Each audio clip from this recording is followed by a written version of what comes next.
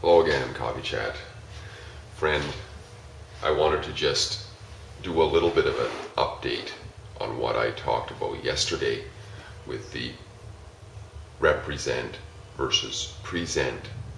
Now, this may seem a little unimportant perhaps, but I think if we really look at it a little bit deeper, we'll realize that these sorts of things, these subtleties of what we're actually doing in life and how we're talking and how we're presenting ourselves, shall we say, are to a great extent one of the reasons why the deceivers of this world have ensnared us into a form of slavery, and which we're not aware of, and why we end up doing things and being in certain ways, and we wonder why it is that if we're so-called born free, that we end up being obliged to do all sorts of things that we don't even see the connection as to where we agreed to it. Well, once again, I'll just review. Hopefully this will come across a little more clear today. I'll review once again how I see it anyways, as us being able to represent. As I talked about yesterday, there's what creates us, there's us, and there's what we create. Well, if we go downstream in the order of creation, what we create, it doesn't, or we can't, it represents us. If we create something that's in a way a representation of us, if it's created from us, let's say you were to take a picture of yourself, a selfie, right? You wouldn't say that that's a presentation of you. Honestly, you would say it's a representation of you, because it's coming from you, so it cannot be present as you. You are present as yourself. It is representing you, if you will. So when I said that we go down yesterday, when we go down into those job titles and those citizenships and all that sort of stuff, these are things that we as human beings have created. So that means we have to descend into them to operate from them. We individually don't so much represent them. They are being represented by us back to who created them. So we create them as a whole. So with a whole, say it's a company. Say it's Walmart, for example. Well, Walmart is a bunch of people get together and they create this thing called Walmart, and they make all these job titles, right? Well, it's created from that entity then. A whole bunch of people created all those job titles. Now, if we go into one of those job titles, say it's the cashier. Well, the cashier is then representing this. But we just animate that cashier position. Us, as individuals, don't represent Walmart. Walmart represents us. So it's kind of, actually that video by that guy Marcus, Serpent King, does a really good job of, he calls it the serpent move. So it's like, he talks about how we as human beings create entities like corporations. And then through the corporations, we create other entities called individual persons or whatever. So we are both, in that case, we are both the creator of and the servant of, because we've created it and then we've entered into them. So it depends on what perspective. The corporation, say, represents us. It's a reflection of our creative force.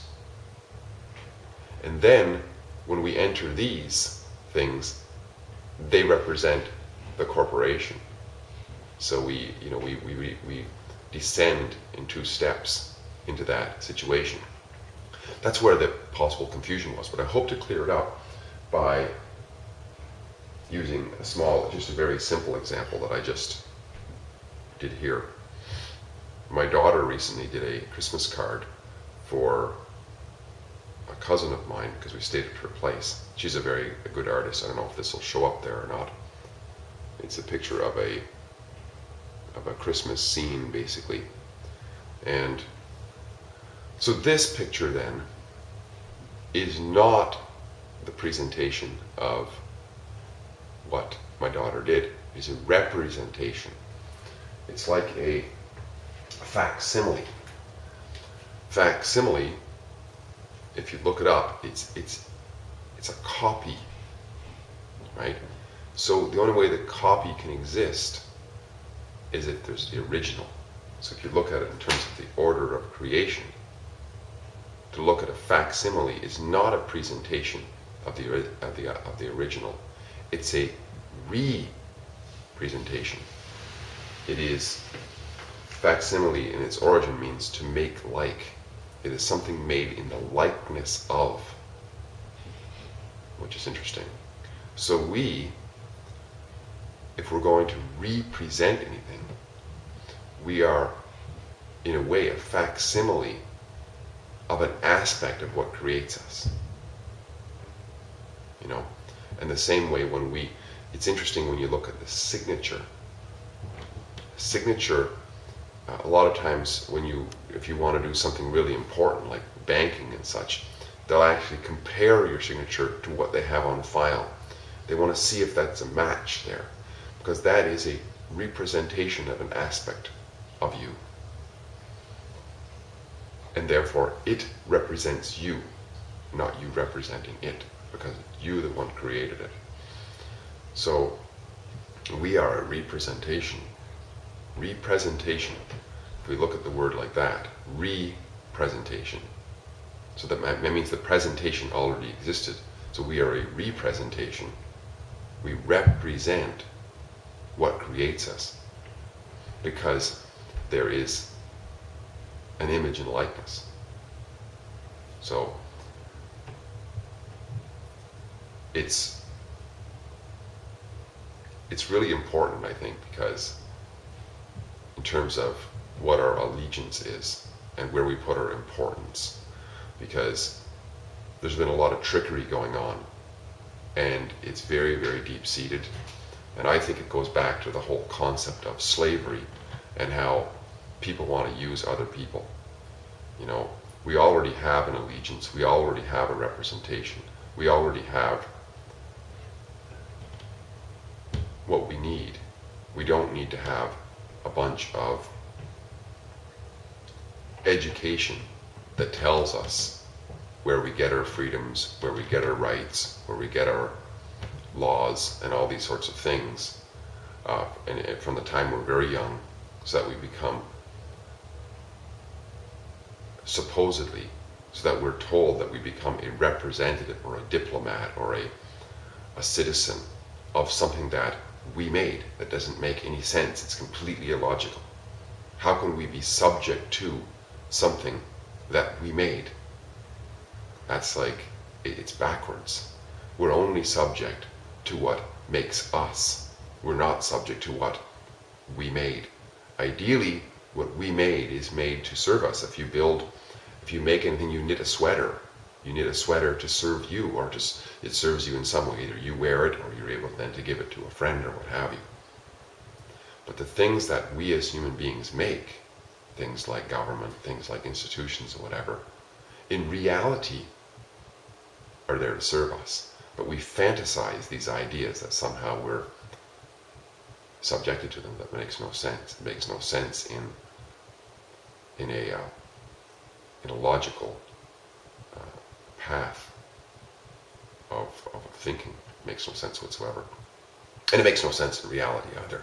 It's just that we make it, we agree to it, and we subject ourselves to it. But in reality, it's backwards. It's the same as saying that this here photograph is what my daughter actually drew. But it's not. You know, if somebody was to come up to you and ask you to see your license, and you showed it, and then they ask you, is that you? To say that that is you is incorrect, because it's not you. First of all, it's a piece of plastic, and even the picture is not you. It is a representation. Representation. And this is why, too, in courts and so on, you can have a representative. a representation. And they're not even representing you. They cannot represent you. In reality, they can't represent you. They only represent the identity, the person. They represent the person. The person has already been presented. It has been presented as a creation that we have created through birth certificates and so on. So they represent it. Right?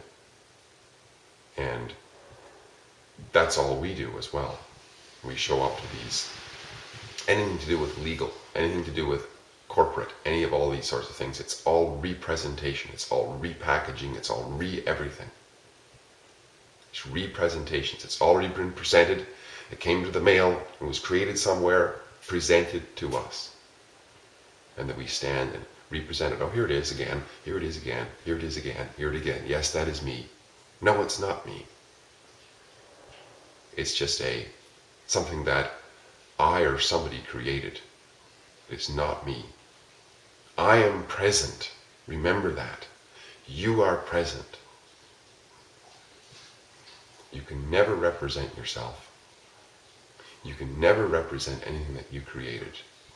You can only represent that which creates you. Represent, because you have been presented. You already are present.